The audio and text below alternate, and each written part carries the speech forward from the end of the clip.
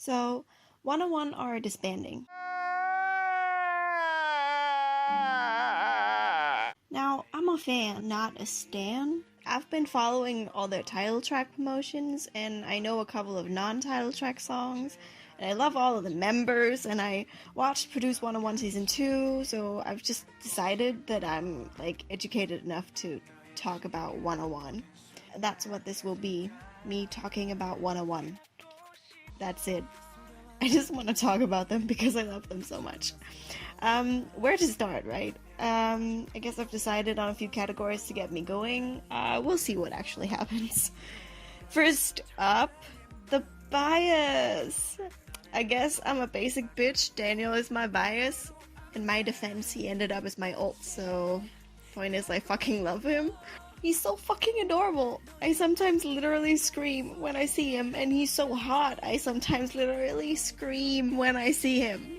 Daniel constantly has me at a loss for words, and there are no words to describe how much I love and adore this beautiful, wonderful human being. I have no words. And the fact that we only had two one-on-one comebacks with dark-haired Daniel is honestly a disgrace, in my opinion.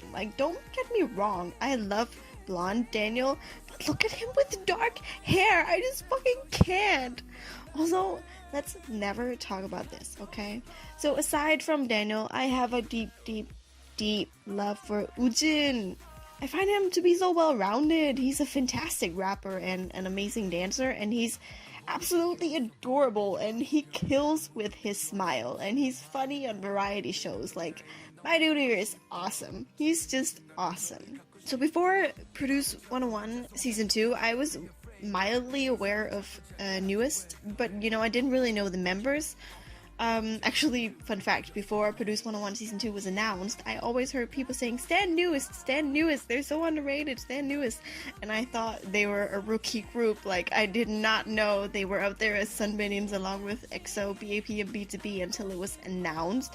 They were participating in Produce 101 Season 2, and everyone freaked because a senior group was participating. That's when I found out. Anyway, my point is, I've never actually seen Minhyun with Newest in, real time. It feels weird, kind of, even though that's where he belongs. But I'm also really excited for it, though, and Newest W has been killing it, and I really can't wait to see what they have in store for when they are 5 members again. And with Sungwoon, same situation, except I didn't know Sungwoon was a Hotshot member until I actually watched Produce 101 Season 2. You see, I watched the show after 101 debuted in August, so I already knew all of the members and who would win. I just didn't know the order of it and how everything got to happen. So I knew Sungwoon in the group 101, but I didn't know about him in the group Hotshot because I had heard the name Hotshot maybe once before, never listened to a song of theirs. By the way, Jelly is still a bop. Go listen to it if you haven't.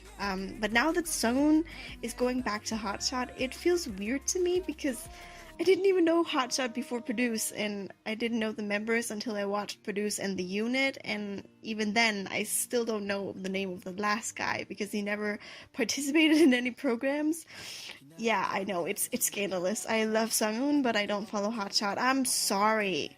Now, let's move on to something different. The stigma, what the fuck? There's such a stigma around 101. I don't even know where to really start with this. It honestly can infuriate me to no end that there's such a stigma around 101 and liking them. I don't get it.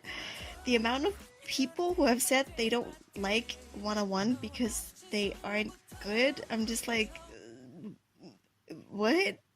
So many people don't think they were as good as IOI, which is fine. I mean, I don't agree. I don't really get it. But, it's an opinion, so whatever. But to say they're bad? What? Are we listening to the same songs? Are you sure? Where are your fucking standards? Saying 101 are bad is like saying SF9 are bad, or Pentagon, or Ace. Where is the logic? Hands down, I'm saying this right now with no statistics to back me up, but 80% of the people who don't like 101 have some sort of grudge against the group. Some of them definitely being because 101's contract was longer than IOI's. I said it. The last 20% are the people who can't get into a group they know will disband or don't like the music very much, to which, honestly, how much K-pop do you really like if you don't like any of 101's music? Or, just haven't felt the 101 vibe. Like, when there's a group that you know of and you know some of the music, but you just can't make yourself get into them and you can't really explain why. Like that. And then, like, the last 20% would never bash or insult 101, but the 80% will with like 90% certainty. When if you're indifferent about 101, you're not in this equation. Anyway, moving on to the music. I have a very hard time understanding how you can say you don't like any of 101's music. I don't understand, and it definitely makes me question whether you've actually heard it or you're just saying that because you didn't like the maybe 2 songs you heard or something. I don't get it. So let's just go through their title tracks for a second. There's Energetic. No, no, no, no. Make me feel so high. 미치겠어. 날 멈출 순 없어. Burn It Up. Burn it up. We burning bright. Beautiful. I miss you so much. 이렇게 눈물이 나는데 왜 난 몰랐을까? I Promise You. 약속해.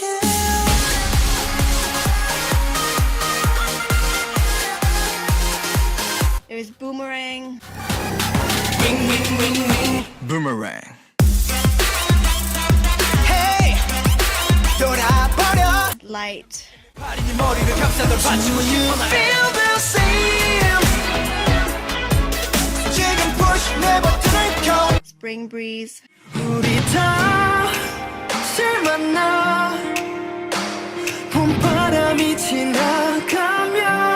If you haven't heard all of them, you've failed yourself, honestly. They all deserve a listen, and my personal favorites are Beautiful, Energetic, Spring Breeze, and Light.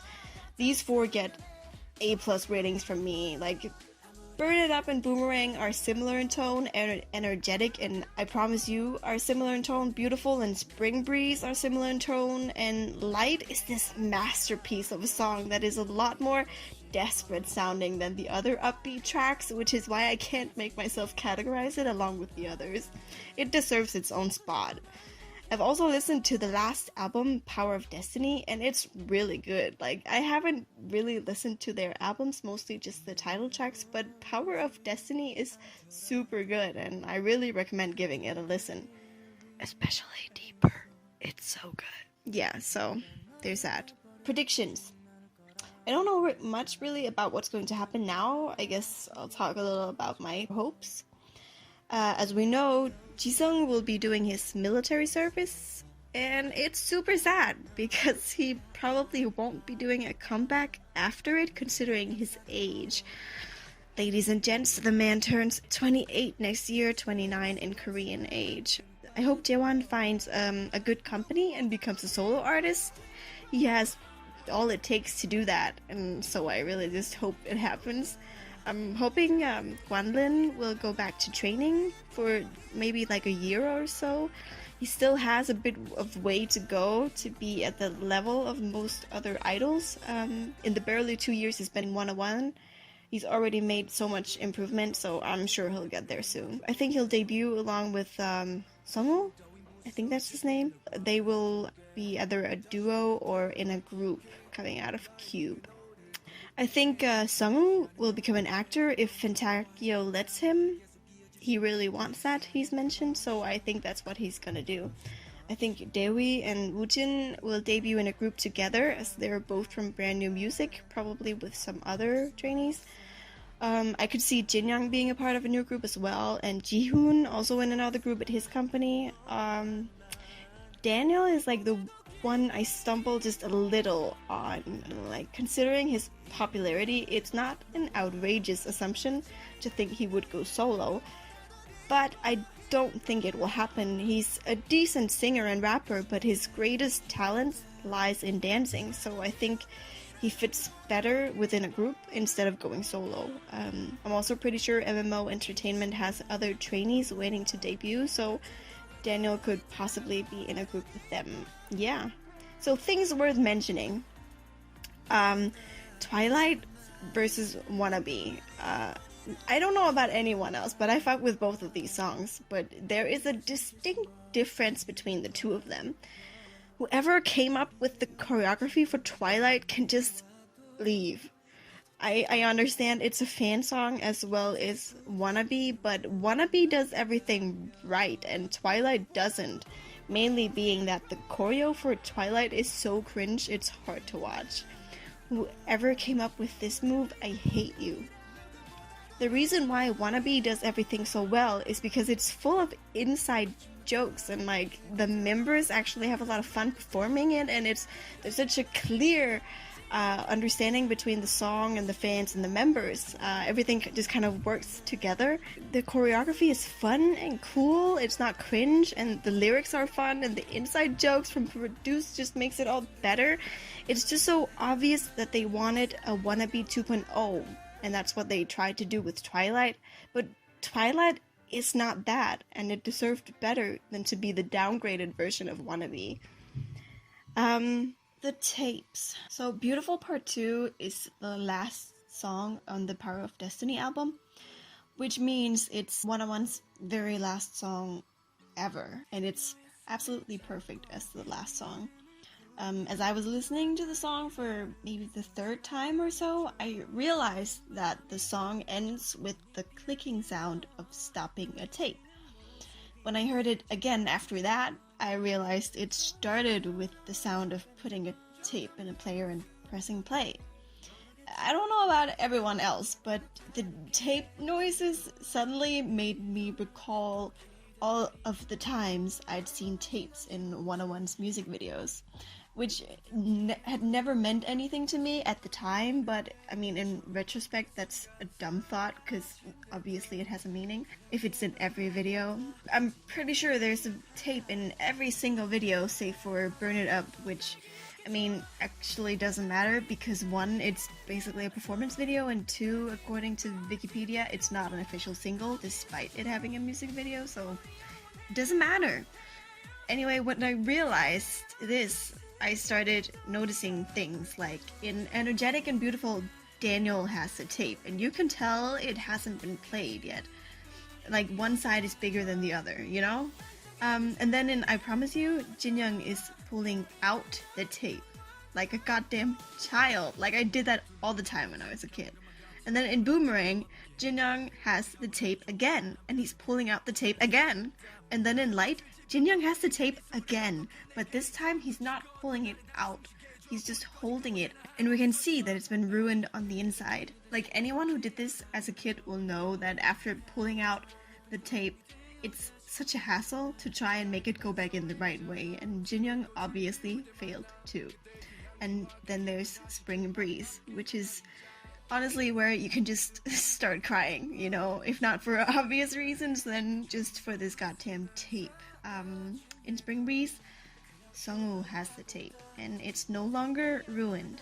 And for the first time, we see a tape player, and the tape has an equal amount on each side, and it has become the infinity symbol. And then as the video ends, the tape is put in the player and pressed play, but the infinity symbol doesn't change even as the tape is playing.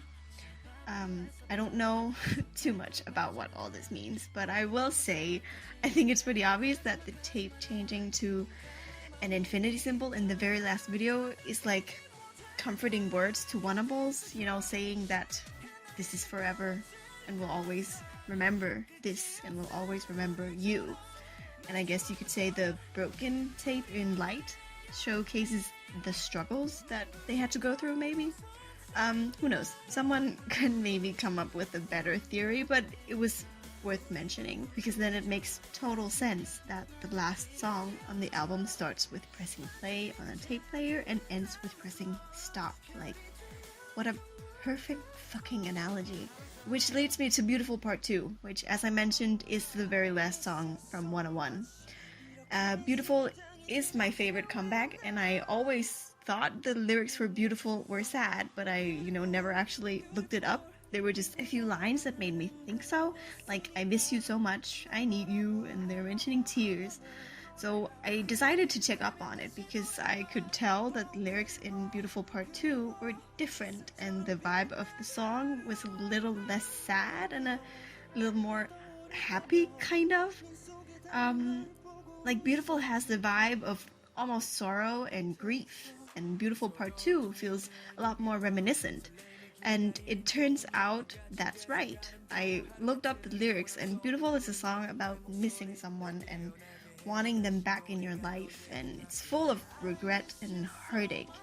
But Beautiful Part 2 is a song about how good it was and reminiscing the happy moments. It's talking about how good that person was and how much they bettered your life. It's about wanting to go back, wanting to do it all again, wanting to do even more with that person. And most importantly, the original Beautiful ends with saying, I hope this foolish and regret-filled song reaches the sky and my prayer reaches your heart. In huge contrast to how Beautiful Part 2 ends, which is with, this song is like an angel just like you, and I hope it reaches the sky and your heart.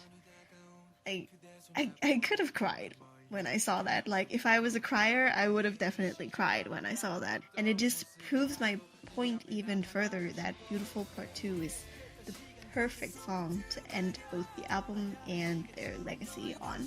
That's it. Happy holidays! I hope you get well into the new year, and remember 101. They deserve it. Beautiful, beautiful. 어디서든 늘 곁에 있어. 사랑해, 사랑해. 언제든 널 위해 부를게. 조용히 난 하루하루가 떨리던 너를 뜨면 눈 속에 담은 널 보고 웃어줄게. 곁에 있어. 천사같이 너를 닮은 이 노래가 하늘에 닿기를 너를 향해 적어둔 이 편지가 마음에 닿기를